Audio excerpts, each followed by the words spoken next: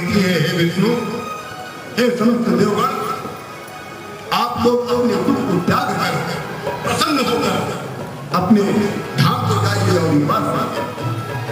मैं शंकरादित्य महाराज का दिए गए श्राप को और वरदान को, और जो मैंने स्वयं मैना देवी को वरदान दिया है, उसको मैं सत्य करने के लिए अवश्य वहां पर अवतार दूंगी।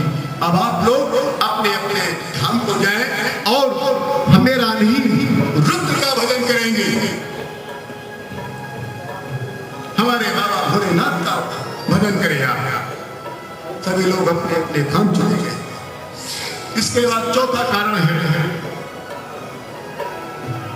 तारकासुर।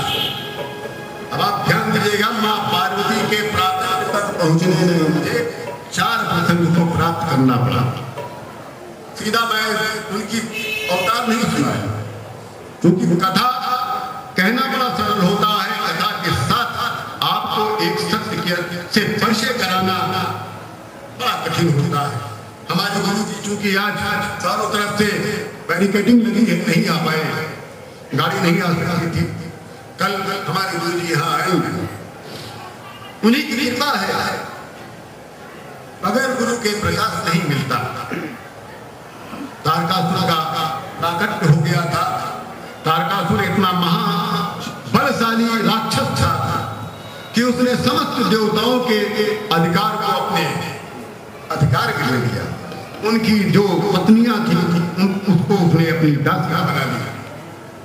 इंद्र का इंद्रासन चला गया, उसने अपने अधिकार क्षेत्र में लिया। सभी लोग दुखी हो गए थे। सब ब्रह्मा जी के पास गए तो ब्रह्मा जी ने कहा, हे देवगणों, क्योंकि मैंने तारकासुर को वरदान दिया है, इसलिए मैं उसका वध नहीं कर सकता। इसका वध कैसे होगा? अब इसकी व्याख्या भी कुछ लोग बताते हैं, मैं आपको उसकी व्याख्या बताने जा रहा हूं। तारकासुर को ब्रह्मा जी ने 2 वरदान दिया। पहला वरदान था, काहे कि हे तारकासुर, तेरे समान कोई भी बलवान नहीं होगा, इसलिए समस्त देवगण उससे दुर्बल हो गए। दूसरा वरदान दिया था, जब उसने कहा था कि हे ब्रह्मा जी, मुझे अमृत की प्राप्ति हो जाए, मेरी मृत्यु करता, तो ब्रह्मा जी ने कहा, जो जन्म लेता है मृत्यु उसकी अवश्य हो। मैं मृत्यु को टाल नहीं सकता, अमर मेरे हाथ में नहीं है। मेरे हाथ में जब है और मृत्यु नहीं है। हाँ, ये तुम कर सकते हो कि तुम्हारी मृत्यु किस प्रकार से हो। तो उसने इस समय जो वरदान मांगा था, उस प्रसंग को ध्यान में रख के मांगा था कि सती मैया ने तो तब सती मैया और शिव जी का वियोग हो गया। उसका एक प्रसंग है, समय मिला तो जरूर सुनाऊंगा।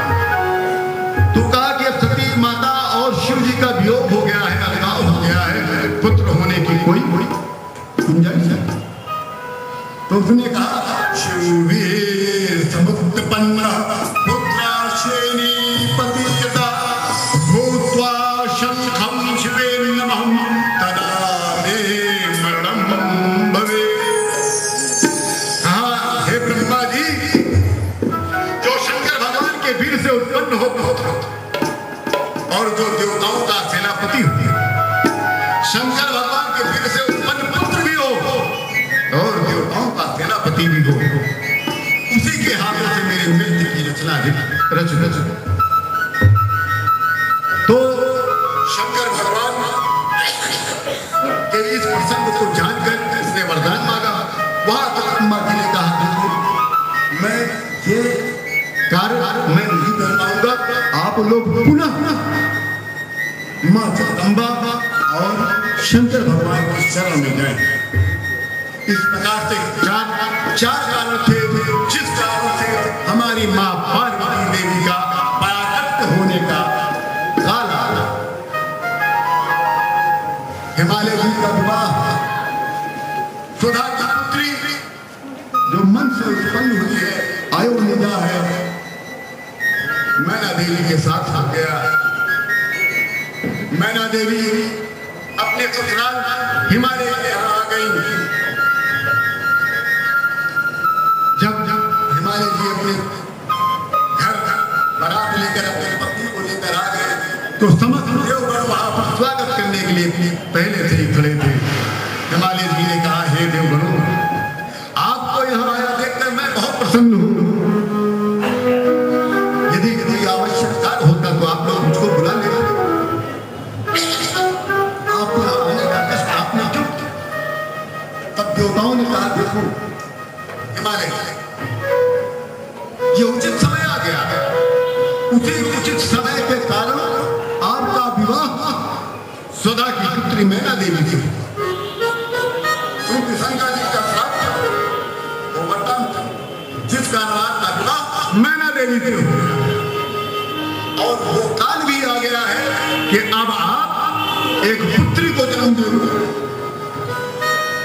आपकी यहाँ पुत्री के रूप में स्वयं मां जगदंबा नाम देने के लिए मन बना लिया।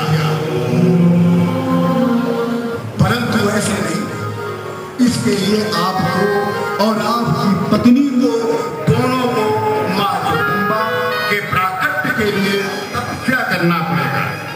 ये नहीं कि वरदान मिल गया है तो आपके यहाँ प्राकट्य हो जाएगा, जन्म हो जाएगा, नहीं। इसके लिए आपको तपस्या करना पड़ेगा।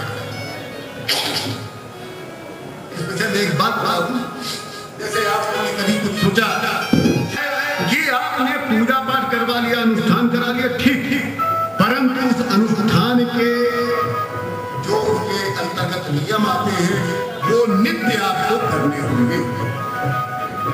इसीलिए यहाँ पर देवताओं ने हिमालय से कहा, वरदान मिल गया है, परंतु आपको मां जगदंबा के अवतार लेने के लिए दोनों पति पत्नी को तपस्या करना होगा।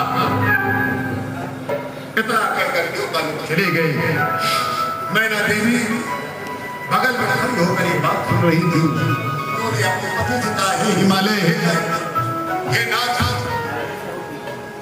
मैंने आप और देवताओं की बातें पूरी सुन ली, परंतु एक बात है, ये जो देवगण लोग कहे गए हैं कि पुत्री को उत्पन्न करो, मगर पुत्री शोक में डालती है। हमारे यहाँ पुत्री होगी, उस पर मोह होगा, हमारी प्यार ममता लगेगा, उसके बाद एक छोड़कर अपने ससुराल चली जाएगी, बड़ा दुख होगा। परंतु जो देवताओं की कारता है, उनके कार्यों की जो पूर्ता है वो रुक गया है। उनके कार्य में जो प्राण थे वो चले गए हैं।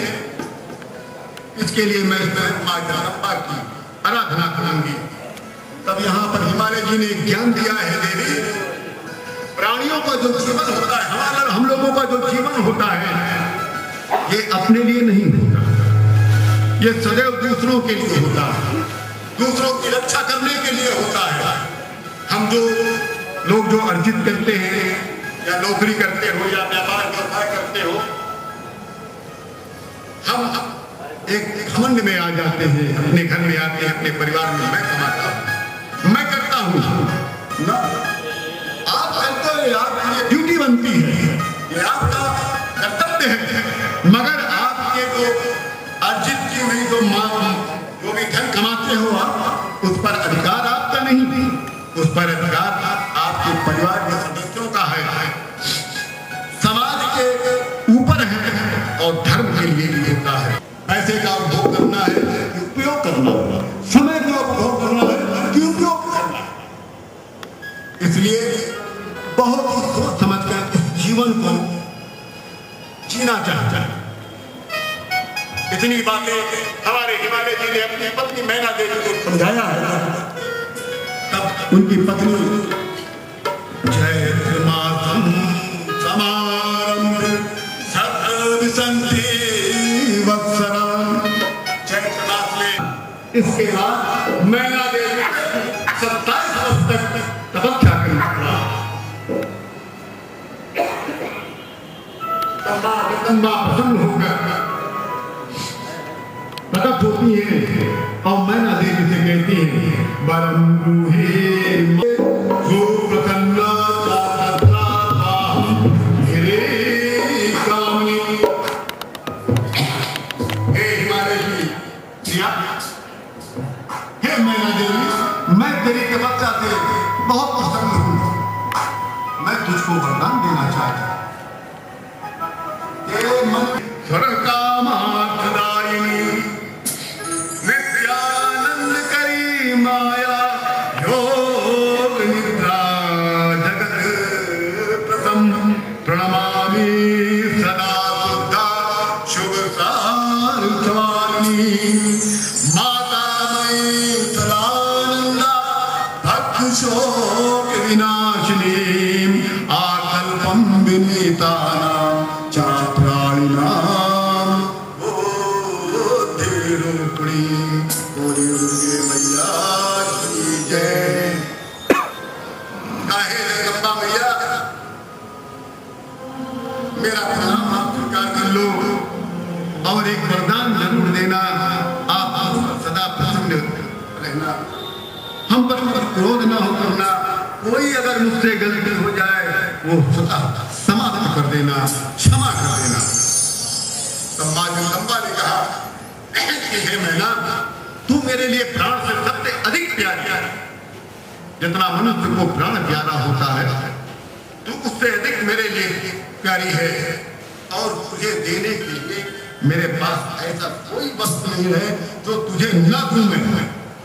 जो भी मेरे पास होगा तुझे सब दे दूंगी। तो उन्होंने वरदान मांगा, फिर मां ने वरदान मांगा, कहा हे मां, मुझे सबसे पहला वरदान देना, मेरे को 100 पुत्र देना और 100 पुत्र ऐसे देना जो भाग्यशाली हो, समृद्धशाली हो, ज्ञानी हो। तो मां ने कहा कि तेरे 100 पुत्र होंगे, पुत्री। उसमें से एक पुत्र होगा जिसका नाम मैना होगा, जो सबसे अधिक भाग्यशाली होगा, बलशाली होगा, जिसकी मित्रता समुद्र से होगी। कहना दूसरी वरदान मांग। तो मैना देवी मांगती है स्वरूप गुणशालिनी कुल दयानंद करी भुवन पूजिता। काहे मां, मुझे एक ऐसी पुत्री देना जो तीनों लोक को प्यारी हो, जो जिसकी वंदना तीनों लोक में हो, जो पति कुल और मातृकुल को आनंद देने वाली ऐसी पुत्री मुझे देना। मैना देवी कहती है हे मां, ऐसी पुत्री ही नहीं देना, आप ही मेरी पुत्री बन के क्यों नहीं आ जाती। तब मां जगदम्बा कहती है सुताहं संभुविष्यामि संतुष्टा तो भक्तिता। काहे मैना, तेरी भक्ति से मैं प्रसन्न होकर मैं तेरे ही गर्भ से कन्या के रूप में जन्म लूंगी और समस्त देवताओं को प्रसन्न करूंगी। और फिर मैं तपस्या करके अपने भोलेनाथ को प्रसन्न करूंगी और उनके आगे अंग को भी भर लूंगी। बोलो पार्वती मैया की जय। कुछ काल बीतने लगा, बीतते बीतते हिमालय जी मैना देवी भक्तिपूर्वक भवानी मैया का और शंकर भगवान का स्मरण किया, प्रार्थना किया कि हे जगदम्बा मां, हमारे यहाँ प्रकट हो। इतना ही स्मरण किया था। भगवान की लीला देखे दोनों पति पत्नी ने मां भवानी का और शंकर भगवान का स्मरण किया कि मां प्रकट हो जाओ। जैसे ही स्मरण किया है वैसे ही मैना देवी तुरंत स्वतः दुर्बल हो गई। उन्होंने उसी क्षण समस्त इतनी दुर्बल हो गई कि आभूषण को के भार को सहन न कर सके। उन्होंने समस्त आभूषण उतार कर रख दिया। उनके मुखमंडल का मगर तेज ऐसा बढ़ता गया, हिमालय ने ये जान लिया कि हमारी पत्नी मैना देवी को धारण कर लिया। उस समय मैना देवी सबसे से अधिक सुंदर लगने लग गई। मैना देवी का जो मुखमंडल था वो लोध के समान हो गया, स्वच्छ वर्ण का हो गया, अत्यंत सुंदर हो गई। और उसी क्षण हिमालय जी ने श्रेष्ठ ब्राह्मणों को बुलाया, पुरोहित को बुलाया है और गर्भाधान संस्कार कराया। ये हमारे मनुष्य जीवन का सबसे पहला संस्कार होता है, गर्भाधान संस्कार। जैसे ही विष्णु भगवान को पता चला कि मां जगदंबा ने मैना देवी के गर्भ में प्रवेश कर दिया, वो तत्क्षण ब्रह्मा जी के साथ, देवताओं के साथ मैना देवी के गर्भ में पहुंचकर माता के चरणों में उन्होंने वंदना की। दुर्गे जय जय प्राज्ञे जगदम्ब महेश्वरी सत्यव्रते सत्य परे त्रिसत्य सत्य रूपणी। और इतनी वंदना करने के बाद वो लोग अपने धाम चले गए। 9 माह गर्भ का काल पूर्ण होता है, 10 मास का समय प्रारंभ होता है। गर्भस्थायागति कालिका जगदम्ब की मां जगदम्बा मैना देवी के गर्भ से बाहर प्रकट होने का मन बनाया है। उसी क्षण जितने नक्षत्र थे, जितने तारे थे, जितने ग्रह थे, सभी शांत हो गए। आकाश निर्मल हो गया, सभी दिशाएं प्रकाशित हो गई। बादल की जो गड़गड़ाहट थी, गर्जना थी, वो धीमी होने लग गई, उनका स्वर मीठा हो गया। हिमालय पर नाना प्रकार के मंगल का प्राकट्य होना प्रारंभ हो गया। नदियों और तालाबों में स्वतः कमल खिलने लग गया। वायु भी अपने स्वरूप को बदल दिया, सुखद हो गई और सुगंधित हो गई। अग्नि जो प्रचंड रूप में जलता है, उसका भी स्वरूप शांत हो गया, निर्मल हो गया।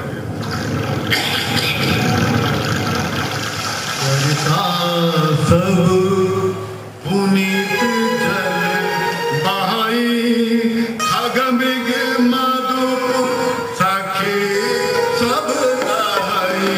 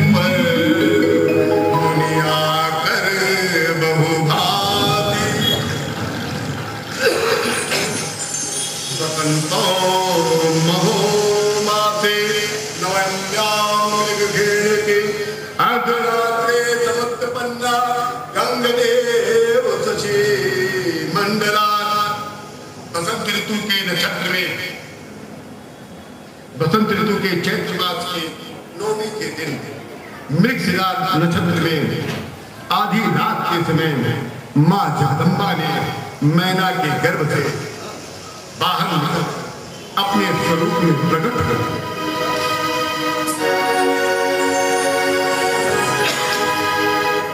जैसे ही मां जगदम्बा मैना की देवी के गर्भ से बाहर अपने स्वरूप में निकली है, आकाश मंडल ने धुंधरी बजाना प्रारंभ कर दिया। आकाश मंडल से सभी देवगण पुष्पों की वर्षा करना प्रारंभ कर दिया। गंधर्वगण गान करना शुरू कर दिया। अप्सराएं नृत्य करना प्रारंभ कर दी। और तत्क्षण जब देखा है हमारे बाबा भोलेनाथ ने कि उनकी यादें अंग को हरने वाली वो पुनः प्रकट हो रही है, वो प्रसन्न हो गए और प्रसन्न होने पर कहते हैं देवी तुम भक्त सुलभे सर्वकार्य विधायिनी करो ही कार्य सिद्धि उपाय। जितने श्लोक हैं जो विभिन्न ग्रंथों में पाए जाते हैं, ये मां पार्वती, मां सती और शंकर